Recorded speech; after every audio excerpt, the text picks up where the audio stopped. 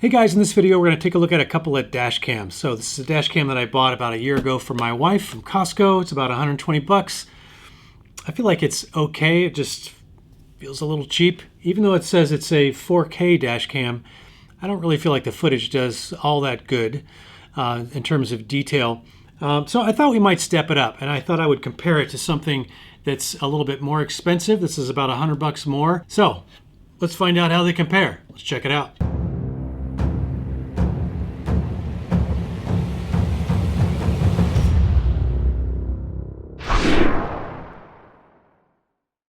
All right, we're going to go ahead and unbox the VIOFO 4K cameras because this is actually currently running and installed in my wife's car. So anyway, we will take a look at that later.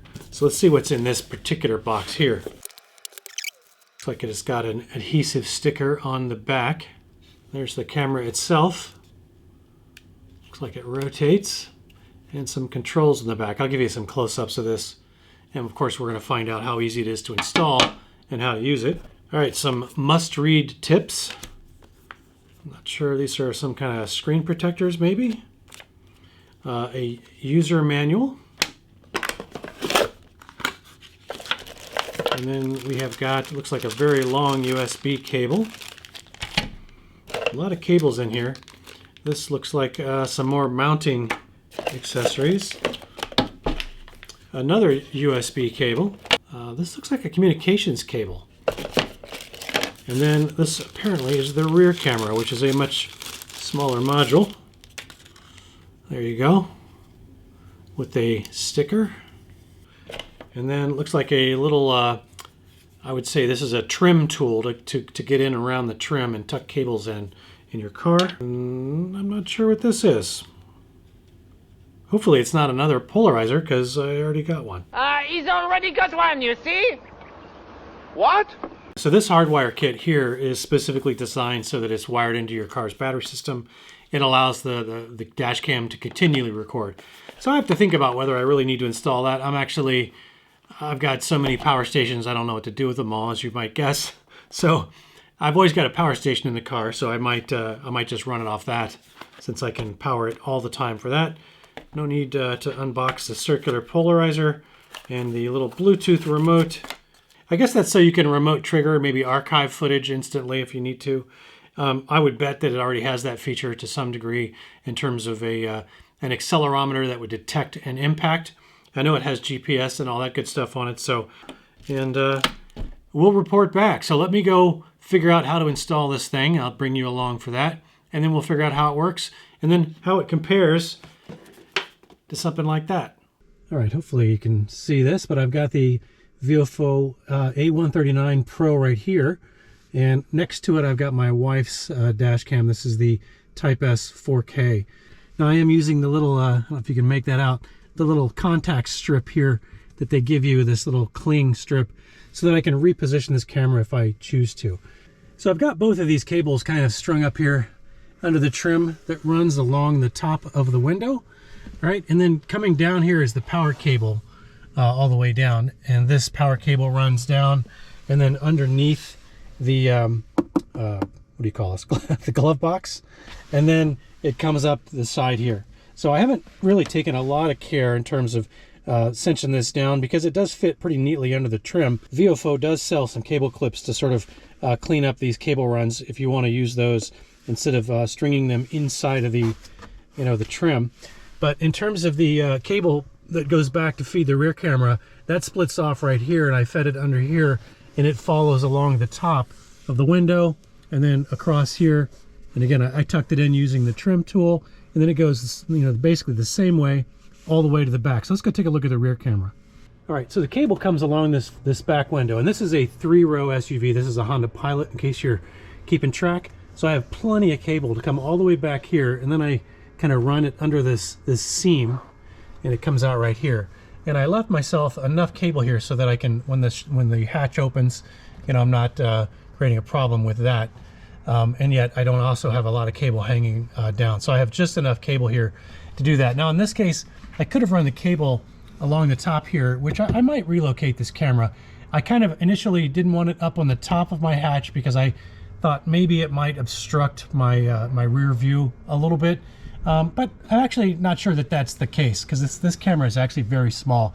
But anyway, what I chose to do, and instead, you can see I got a little bit of cable poking out right there. I've actually got this wound several times because there's a good, probably additional 2 feet of cable in here that I didn't need, so I needed to kind of tuck it away somewhere. So that's where that's hidden. And then it comes back along this bottom strip up to here, and this is where I do have the camera. Now notice there's these rear defrost lines, and I didn't take a lot of care when I set that up, and you can see that the camera is actually right there, and there's a line going right across the top of the camera. So I am going to reposition this. I don't know if you can make this out, but I did use their little static strip sheet here, so I'm going to move this and make sure that I position the rear camera kind of between these. In fact, I may just redo the wiring and relocate it over here to the top. But yeah, installation was very straightforward. Took me about half an hour. All right, so hopefully you got a sense of how that is installed. If you've never done something like that, it's actually fairly straightforward. As I said, it only took me about 30 minutes. And the the included trim tool makes it pretty simple to tuck those cables back so they're kind of out of sight for the most part. All right, let's get into some of the more interesting details and specifications and features of this particular camera. So as I mentioned, it's about $100 more than that Type S camera that I have. Now that is for the single channel version where you're just getting the camera. And by the way, I think I do have a discount code in the description below, so you may want to check that out. And then that'll knock off some money from any of these particular bundles. Now the 2-channel version, which would be the main camera and either the rear or the interior camera, is about $300. And then you can get the 3-channel version with all 3 cameras for about $370. And again, discount codes apply. But especially in the case of being a rideshare driver, like for Lyft or Uber or something like that, these things do record audio. But what good does that do you if you don't also have interior video showing the passengers in the car? So that's why you might want the interior camera. And then of course, what good is a dash cam if you get hit from behind and it's a hit and run and you don't have any way of capturing that footage without a rear camera? So highly recommend the rear camera regardless of your circumstances.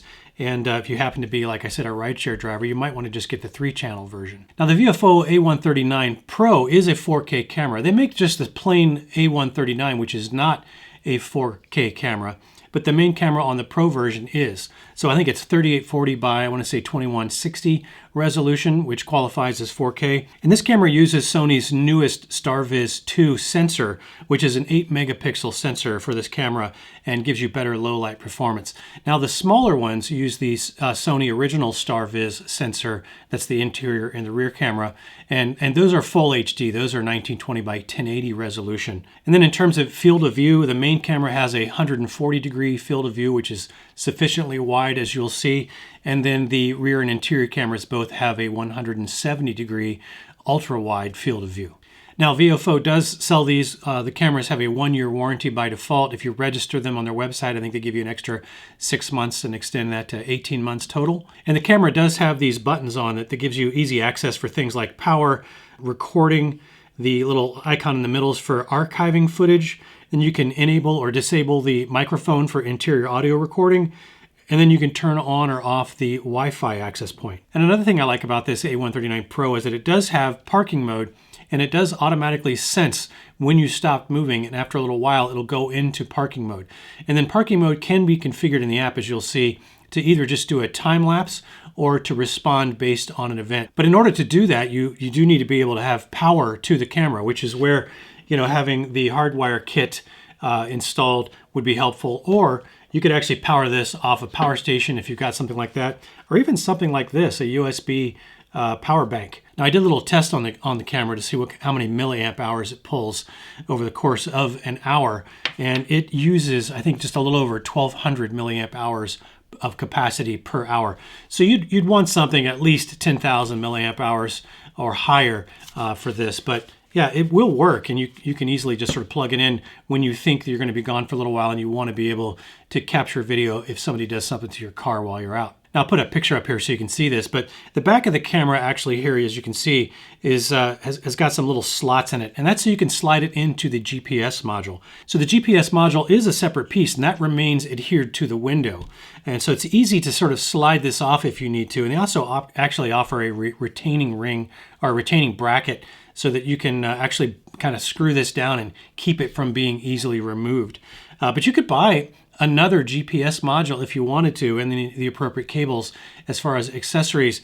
And then that would allow you to very easily pop the cables off and move this between cars if you wanted to, and just have the GPS module sit in both cars. So it's kind of a cool option that you do have with something like this. All right, let me show you some of the sample clips, especially as we compare this camera system to the Type S camera.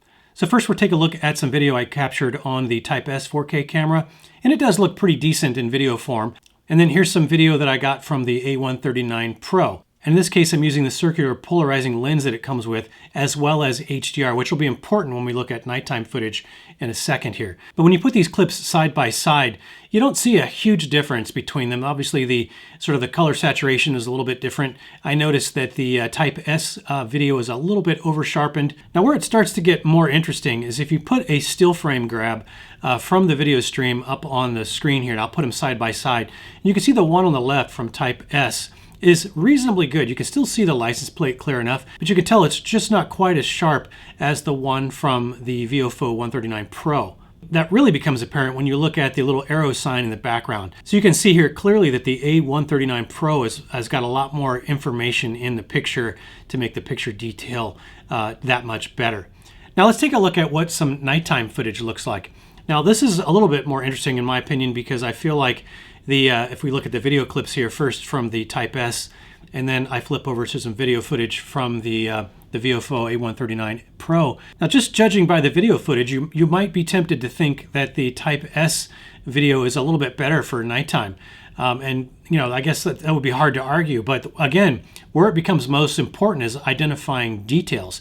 And as you can see here in this still frame grab from at a stoplight of the car in front of me, because the VIOFO A139 Pro has HDR and a circular polarizing lens on it, and the Type S Dashcam does not have that, there's a monstrous difference between the two. That the Type S still frame is basically unusable in terms of identifying a license plate information. It's totally blown out. And on the VIOFO, it's very readable. So that circular polarizing lens combined with HDR at night really do make a tremendous difference in this little camera's ability to show you detail at night. That and of course, the Sony STARVIS 2 sensor. Now, how can you view these files? Well, there's a couple ways you can do it. You can do it via the mobile app, or you can do it by just popping the micro SD card out and putting it in your computer. But let's take a look at the mobile app. Let me pull that up. In fact, I'm going to actually just turn the camera on here by connecting it to this USB power bank. It takes a second for the camera to boot up. It'll tell you it's recording unless you turn that off in the app. Recording. One channel started. There you go. All right, so the first thing we got to do is actually turn on the Wi-Fi. So I'm going to press and hold the Wi-Fi button. Wi-Fi enabled. All right, so now that the Wi-Fi is enabled, I'm going to go ahead and launch the app and connect to the camera. Now it's not going to find it because I am not connected to that Wi-Fi yet, so it'll take me over to the system setting where it should be able to browse for the camera. And there it is, the 5G VIOFO. We'll go ahead and select that. Wi-Fi connected. It confirms audibly that the Wi-Fi is now connected. So now I kind of hit the backspace key here. All right, when it first comes up, it'll actually start recording. It actually started recording already. So you can see my forearm there. It shows you a live view. And if you want to go into any of the settings here, you would have to turn off the recording. So we'll go ahead and stop recording, and it's going to beep at me a little bit to kind of let me know that it's on but not recording. So here I can click on the little box in the lower left, and I can go in and look at the current files that are on the SD card, and I can kind of flip through those, and I can play those back if I want to at any point in time. You can see there's a little download icon there in the upper right hand corner if I want to actually download that file to my phone. Now I probably am not going to use it this way all that often unless I'm on site and want to capture a file. But if I click the little settings gear in the lower right hand corner, you can see there are a ton of settings in here. So I can change the video resolution. You can choose the file size. Here you can turn off whether to record audio or not. I leave that off. If I were a Uber or Lyft driver, I would definitely leave that on. But here's also where you can turn on the HDR. The G sensor, that's the accelerometer, and whether or not that acceleration sensitivity to automatically archive. So if somebody hits you and it causes an impact, I've got that set to medium intensity right now. Somebody bumps my car in a parking lot hard enough, it should cause the system to go ahead and archive that footage automatically, so I don't have to do anything and it doesn't get overwritten. And if I scroll down a little further here, I can turn off or on or off those voice notifications. So when it tells me that it's recording, I actually like hearing that, but you can adjust the volume on that as well. You can see the GPS info stamp includes speed plus coordinates. I may not want that. If you think you might be incriminated by it showing your speed, maybe you want to disable that. I'm not saying that you should. I'm just saying you can. Take that for what it's worth. But I can also include my GPS coordinates on there only, or only speed, or both, or none. So you have all the options. So all the cool things that you might want to be able to do right here in the app make it nice and easy. Now, as I mentioned, you can also just read the files from the micro SD card, and you can use the included little SD card reader if you don't already have one. But the file structure is pretty straightforward. I'll put some pictures up here on the screen, and here you can see what the file structure looks like. And as you can see, all the file names are basically a timestamp integrated into the file name, and then they have a suffix on the end, an F or an R or an I think, for the interior camera, so that you can easily differentiate just at a glance whether this is the front camera or the rear camera or the interior camera. And then as I mentioned, just to look at the file sizes here, these were taken when I had the camera set to a 5-minute loop, which would apply to both the front and the rear camera in my case. And you can see the front camera at its maximum resolution for a 5-minute clip will give me just about a little over 1 gigabytes in terms of file sizes. And then the rear camera would be the same, presumably, for the interior camera at its maximum resolution would give me just under half a gigabyte in size. So knowing that information, it kind of raises the question, how many hours of video capture can I store on a particular card? So I actually went and did the math on this to figure it out. And I basically did the math using the formatted capacity of the card, because as you know, a 512 gigabyte card is not formatted. It's not usable for 512 gigabytes. When you format it, it is less than that. So I went and figured out what the formatted capacity was. If you have a 65 gig card, that's going to be roughly 3 hours of footage on a 2-channel front and rear clip. And if you have 128 gig, you can just double that. You get about 6 hours. 256, you double that, you get about 12 hours. Then if you have a 512 gig card like I have in there, you'll get a little over 24 hours of actual video time. Now, of course, if you have 3 channels, you're going to reduce that slightly, but not by a whole lot. All right, so what do I think of the A139 Pro from VIOFO? I really do like this camera. It feels very well made. It doesn't feel like a toy. That is one of the complaints. And one of the reasons I actually wanted to look at this, because that Type S camera that I got from Costco, it just feels cheap. My dad actually has a Dashcam that he bought for well under $50. It's very, very cheap. Doesn't have any of these enhanced features on it. The video quality is poor. I'm pretty sure you would never make out a license plate detail pretty much under any circumstance with that camera. And the Type S camera kind of feels like that. It's very cheap, but the quality is obviously better. But it is not as good as this VIOFO A139 Pro, which is clearly a superior dash cam in pretty much every way. But you do pay a bit more for it. But I think if you're going to go for a dash cam, if you don't already have one, I think it makes a lot of sense to go ahead and get one, at the very least, that does front and rear video. It's just really nice that VIOFO has all those options on their website. And they have a bunch of other accessories too that you can add on. And you can pick whether or not you want those accessories or not. You can buy the SD cards directly from them, or you can use the SanDisk Extreme versions. Those work as well.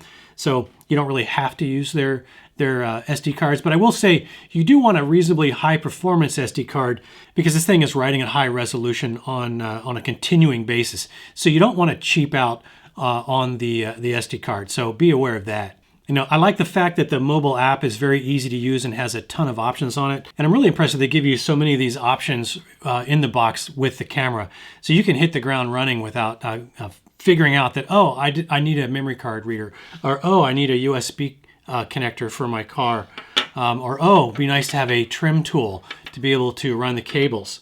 So, and then later on, when if you ever want to reposition it, or maybe set it up to be put in a different car, well, they give you all the stickers for that, the extra stickers right in the bag. So thumbs up to the folks at VIOFO for putting together a great product in this A139 Pro, and including all the stuff that you need to hit the ground running right out of the box. Anyway, hopefully you found the video helpful. If you did, please give me a thumbs up. I would really appreciate that. Consider subscribing if this is the kind of thing you're into. I know this is a little bit different than my usual content of portable power and solar and that kind of thing, outdoor stuff. But, outdoors, traveling, that all kind of goes hand in hand. And if you travel a lot and you don't already have a dash cam, highly recommend you look into that. Something like this would really fit the bill. And I got the links down below for you if you want to go check it out. Thanks for hanging in there with me, and I do hope to see you in the next one. Until then, have fun out there.